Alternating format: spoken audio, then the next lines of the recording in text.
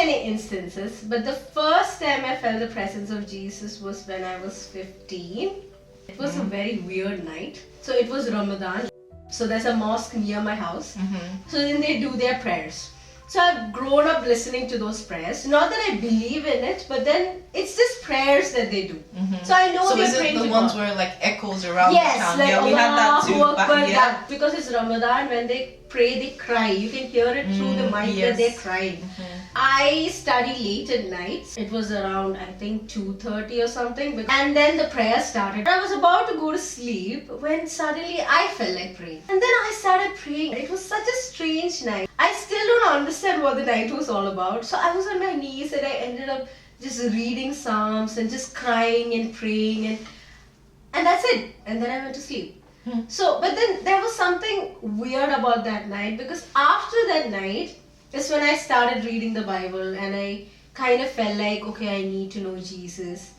Jesus has always been a member in my family, because from the time you're from the time you're born, you're like, Jesus, you have to pray to Jesus. So I'm just praying so that I get good marks. And he's like my genie. I'm like, you have to help me in this. This happened, and then slowly I wanted to know Jesus more. The presence of Jesus most was felt when I left home. I stayed in a hostel and I was ragged for a month, which was pretty hard.